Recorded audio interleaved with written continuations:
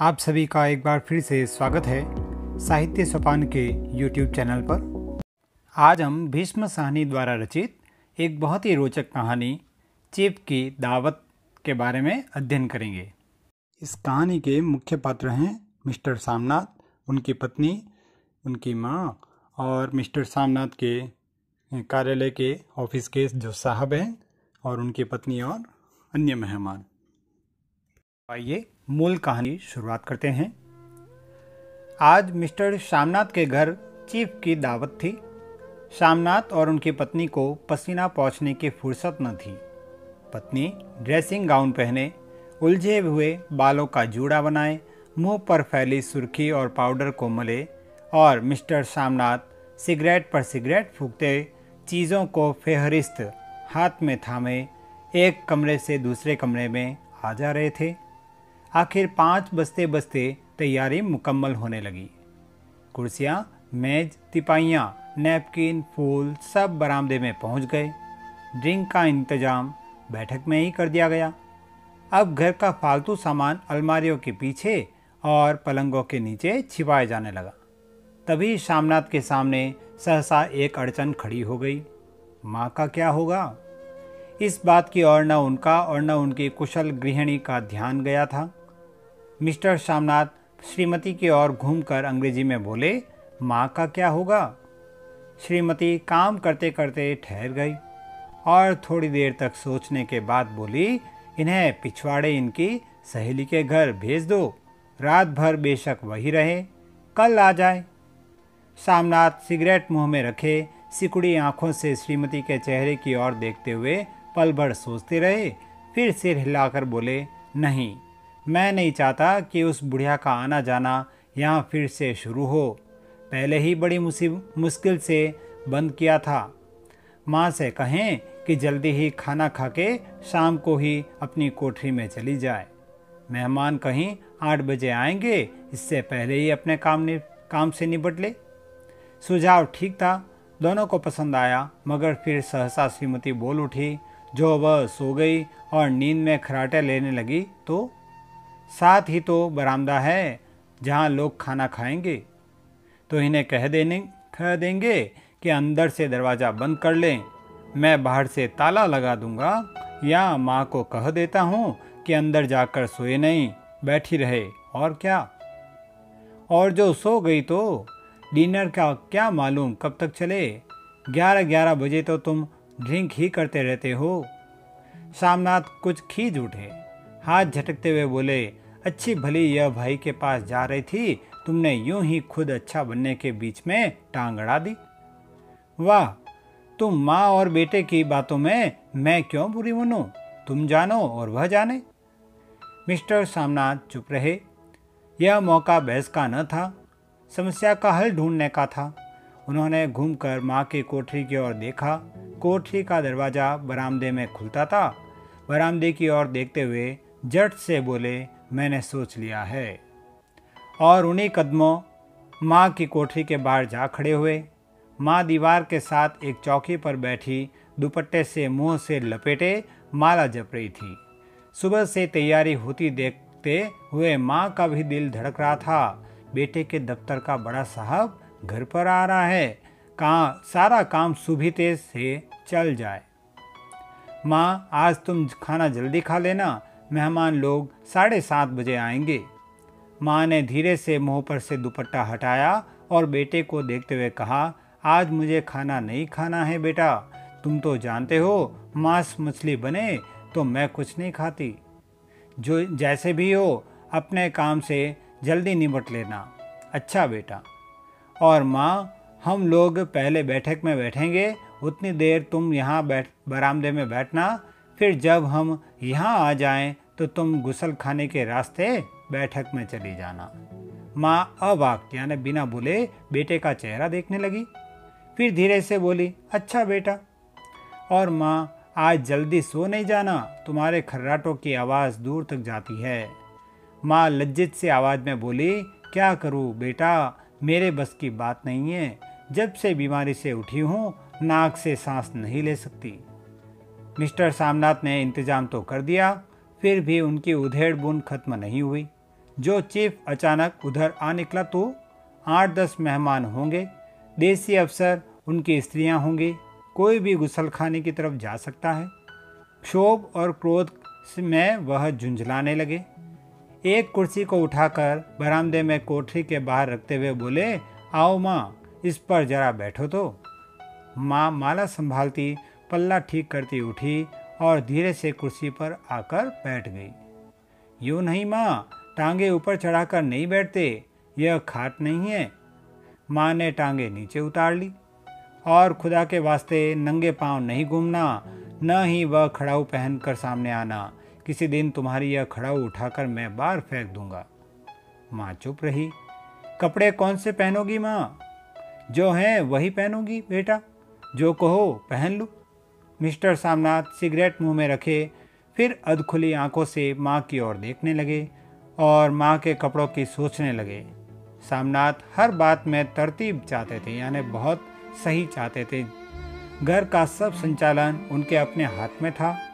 खूंटियाँ कमरों में कहाँ लगाई जाए, बिस्तर कहाँ पर बिछे, किस रंग के पर्दे लगाए जाए, श्रीमती कौन सी साड़ी पहने, मेज किस साइज की हो। सामनाथ को चिंता थी कि अगर चीफ का साक्षात यानी वो अगर मिल लिए माँ से हो गया तो कहीं लज्जित नहीं होना पड़े। माँ को सिर से पांव तक देखते हुए बोले, तुम सफ़ेद कमीज और सफ़ेद सलवार पहन लो। माँ पहन के आओ तो जरा देखूं। माँ धीरे से उठी और अपनी कोठरी में कपड़े पहनने चली गई। यह माँ का झमेला ही रहेगा। उन्होंने फिर अंग्रेजी में अपनी स्त्री से कहा, कोई ढंग की बात हो तो भी कोई कहे, अगर कहीं कोई उल्टी सीधी बात हो गई, चीफ को बुरा लगा तो सारा मजा जाता रहेगा। माँ सफ़ेद कमीज़ और सफ़ेद सलवार पहनकर बाहर निकली।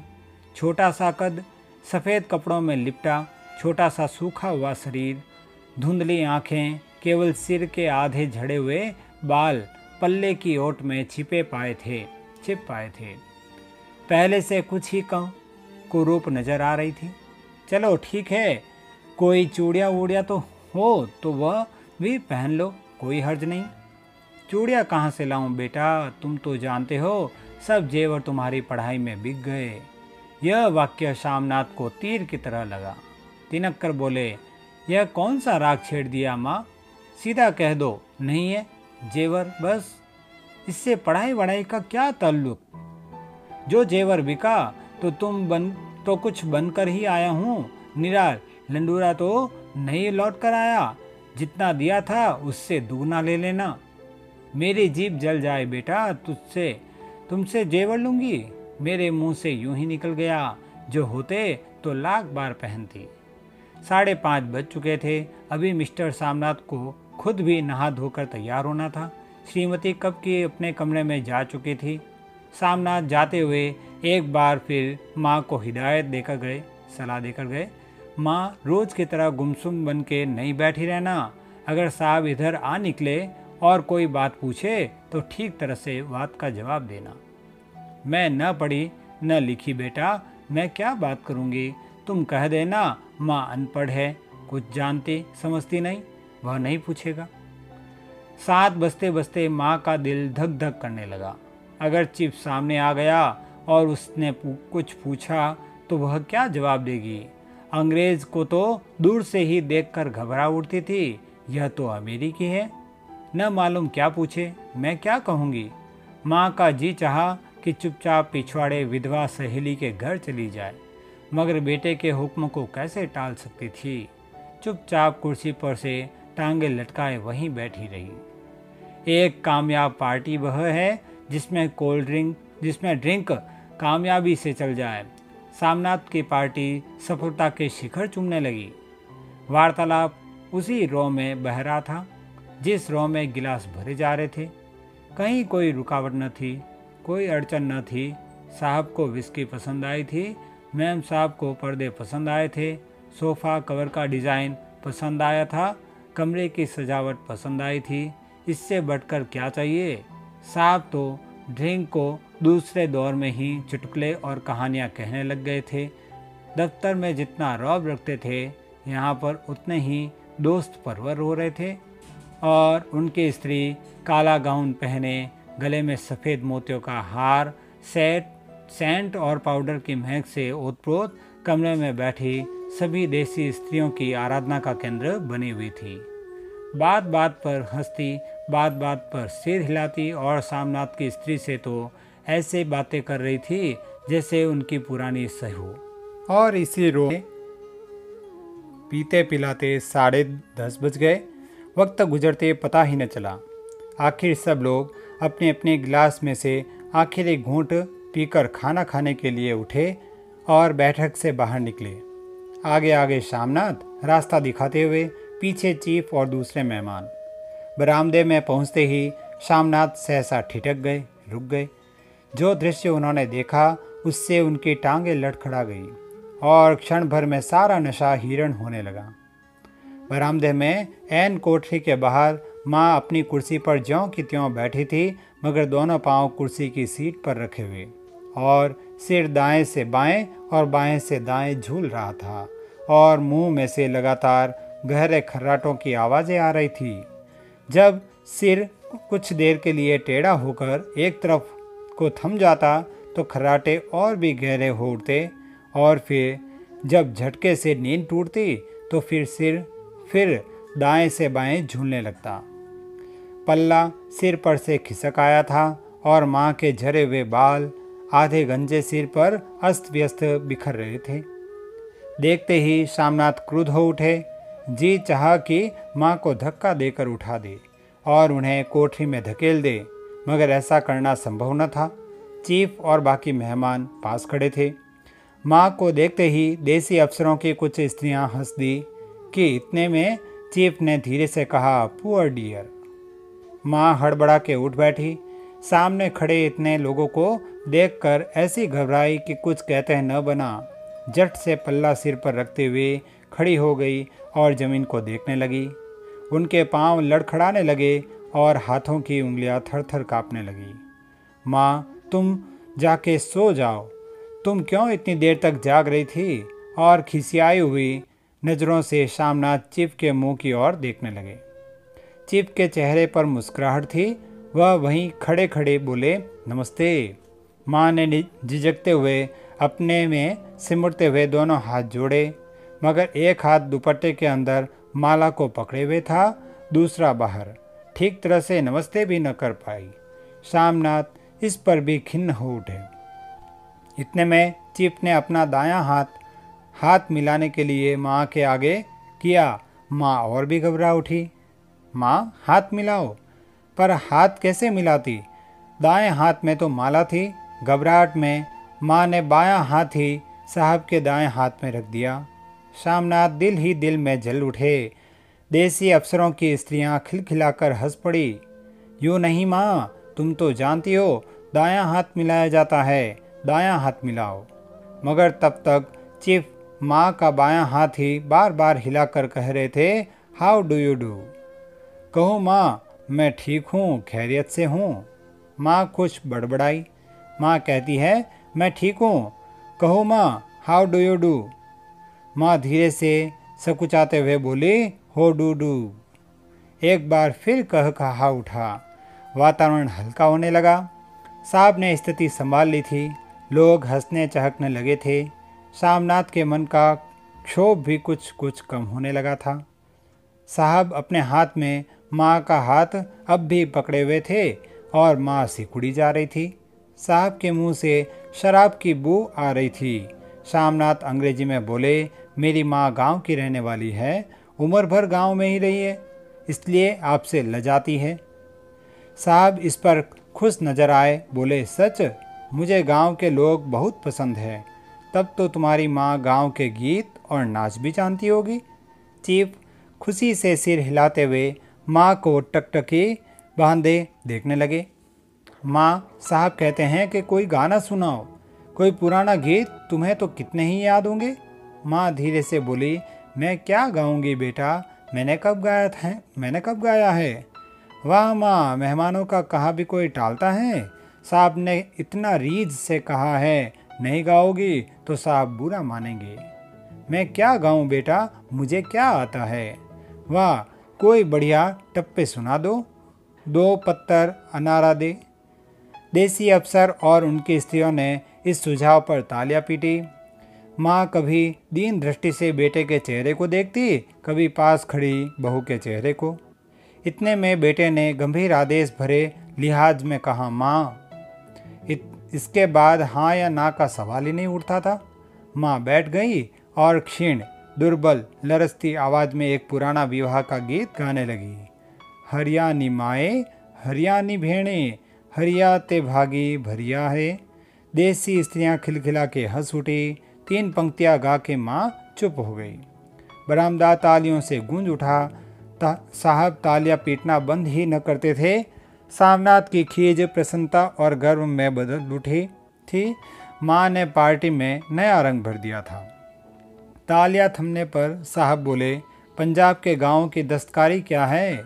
सामनाथ खुशी में झूम उड़ रहे थे। बोले, ओह बहुत कुछ साहब, मैं आपको एक सेट उन चीज़ों का भेंट करूंगा, आप उन्हें देखकर खुश होंगे। मगर साहब ने सिर हिलाकर अंग्रेजी में फिर पूछा, नहीं, मैं दुकानों की चीज़ें नहीं मांगता। पंजाबियों के घरों में क्या बनता है, औरतें खुद क्या बनाती है? सामनाथ कुछ सोचते हुए बोले, लड़कियां गुड़िया बनाती है और फुलकारियाँ बनाती हैं। फुलकारी क्या है? सामनाथ फुलकारी का मतलब समझाने की असफल चेष्टा करने के बाद माँ को बोले, क्यों माँ, कोई पुरानी फुलकारी घर में है? माँ चुपचाप अंदर गई और अपनी पुरानी फुलकारी उठा लाई। साहब बड़ी रुचि से फुलकारी देखने लगे। पुरानी फुलकारी थी, जगह जगह से उसके तागे टूटे रहे थे और कपड़ा फटने लगा था। साहब की रुचि को देखकर सामनाथ बोले, यह फटी हुई है साहब, मैं आपको नई बनवा दूंगा। माँ बना देगी? क्यों माँ, साहब को फुलकारी बहुत पसंद है, इन्हें ऐसी ही एक फुलकारी बना दोगी ना? माँ चुप रही, फिर डरते डरते धीरे से बोली, अब मेरी नज़र कहाँ है बेटा, बूढ़ी आंखें क्या देखेगी? मगर माँ का वाक्य बीच में ही तोड़ते हुए सामनाथ साहब को बोले, वह जरूर बना देगी, आप उसे देखकर खुश होंगे। साहब ने सिर हिलाया, धन्यवाद किया और हल्के हल्के झूमते हुए खाने की मेज़ की ओर बढ़ गए। बाकी मेहमान भी उनके पीछे पीछे हो लिए। जब मेहमान बैठ गए और माँ पर से सबकी आंखें हट गई तो माँ धीरे से कुर्सी पर से उठी और सबसे नज़र बचाती हुई अपनी कोठरी में चली गई। मगर कोठरी में बैठने की देर थी कि आंखों में छल छल आंसू बहने लगे। वह दुपट्टे से बार बार उन्हें पहुँचती, पर वह बार बार उमड़ आते, जैसे बरसों का बांध तोड़कर उमड़ आए हो। माँ ने बहुत तेरा दिल को समझाया, हाथ जोड़े, भगवान का नाम लिया, बेटे के चिरायु होने की प्रार्थना की, बार बार आंखें बंद की, मगर आंसू बरसात के पानी की तरह जैसे थमने में ही न आते थे। आधी रात का वक्त होगा। मेहमान खाना खाकर एक एक करके जा चुके थे। माँ दीवार से सटकर बैठी आंखें फाड़ दीवार को देखी जा रही थी। घर के वातावरण में तनाव ढीला पड़ चुका था। मोहल्ले की निस्तब्धता यानी शांति सामनाथ के घर भी छा चुकी थी। केवल रसोई में प्लेटों के खनकने की आवाज़ आ रही थी। तभी सहसा माँ की कोठरी का दरवाज़ा जोर से खटकने लगा। माँ, दरवाज़ा खोलो।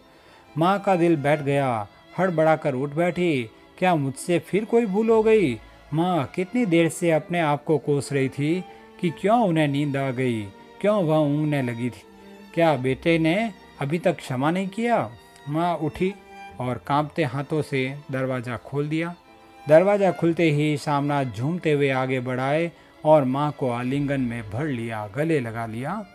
ओ अम्मी, तुमने तो आज रंग ला दिया। साहब तुमसे इतना खुश हुआ कि क्या कहूँ। ओ अम्मी, अम्मी। माँ की छोटी सी काया सिमटकर बेटे के आलिंगन में छिप गई। माँ की आंखों में फिर आंसू आ गए। उन्हें पहुँचती हुई धीरे से बोली, बेटा तुम मुझे हरिद्वार भेज दो, मैं कब से कह रही हूँ। सामनाथ का झूमना सहसा बंद हो गया और उनकी पेशानी पर फिर तनाव के बल पड़ने लगे। उनकी माँ के शरीर पर से हट आई। क्या कहा माँ? यह कौन सा राग तुमने फिर छेड़ दिया? सामनाथ का क्रोध बढ़ने लगा था। बोलते गए, तुम मुझे बदनाम करना चाहती हो ताकि दुनिया कहे कि बेटा माँ को अपने पास नहीं रख सकता? नहीं बेटा, अब तुम अपनी बहू के साथ जैसा मन चाहो रहो, मैंने अपना खा पहन लिया, अब यहाँ क्या करूँगी। जो थोड़े दिन जिंदगानी के बाकी हैं, भगवान का नाम लूँगी, तुम मुझे हरिद्वार भेज दो। तुम चली जाओगी तो फुलकारी कौन बनाएगा। साहब से तुम्हारे सामने ही फुलकारी देने का इकरार किया है। मेरी आंखें अब नहीं है बेटा जो फुलकारी बना सकूं, तुम कहीं और से बनवा लो, बनी बनाई ले लो। माँ, तुम मुझे धोखे देकर यूं चली जाओगी, मेरा बनता काम बिगाड़ोगी। जानती नहीं साहब खुश होगा तो मुझे तरक्की मिलेगी। माँ चुप हो गई, फिर बेटे के मुंह की ओर देखते हुए बोली, क्या तेरी तरक्की होगी? क्या साहब तेरी तरक्की कर देगा? क्या उसने कुछ कहा है? कहा नहीं, मगर देखती नहीं कितना खुश हो गया है। कहता था जब तेरी माँ फुलकारी बनाना शुरू करेगी तो मैं देखने आऊँगा कि कैसे बनाती हैं। जो साहब खुश हो गया तो मुझे इससे बड़ी भी नौकरी भी मिल सकती है। मैं बड़ा अफसर बन सकता हूँ। माँ के चेहरे का रंग बदलने लगा। धीरे धीरे उनका झुर्रियों भरा मुंह खिलने लगा। आंखों में हल्की हल्की चमक आने लगी। तो तेरी तरक्की होगी बेटा, तरक्की यूं ही हो जाएगी। साहब को खुश करूँगा तो कुछ करेगा, वरना उसकी खिदमत करने वाले और थोड़े हैं। मैं बना दूंगी बेटा, जैसे बन पड़ेगा बना दूंगी।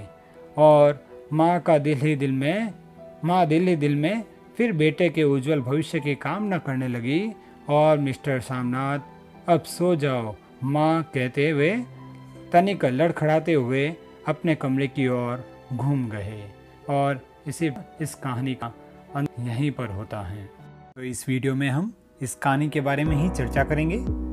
और यदि ये वीडियो आपको पसंद आए तो इसे लाइक जरूर करें, साथ ही कमेंट बॉक्स में अपने सुझाव जरूर दें। और यदि आपने अभी तक इस चैनल को सब्सक्राइब नहीं किया है तो ज़रूर करें। धन्यवाद।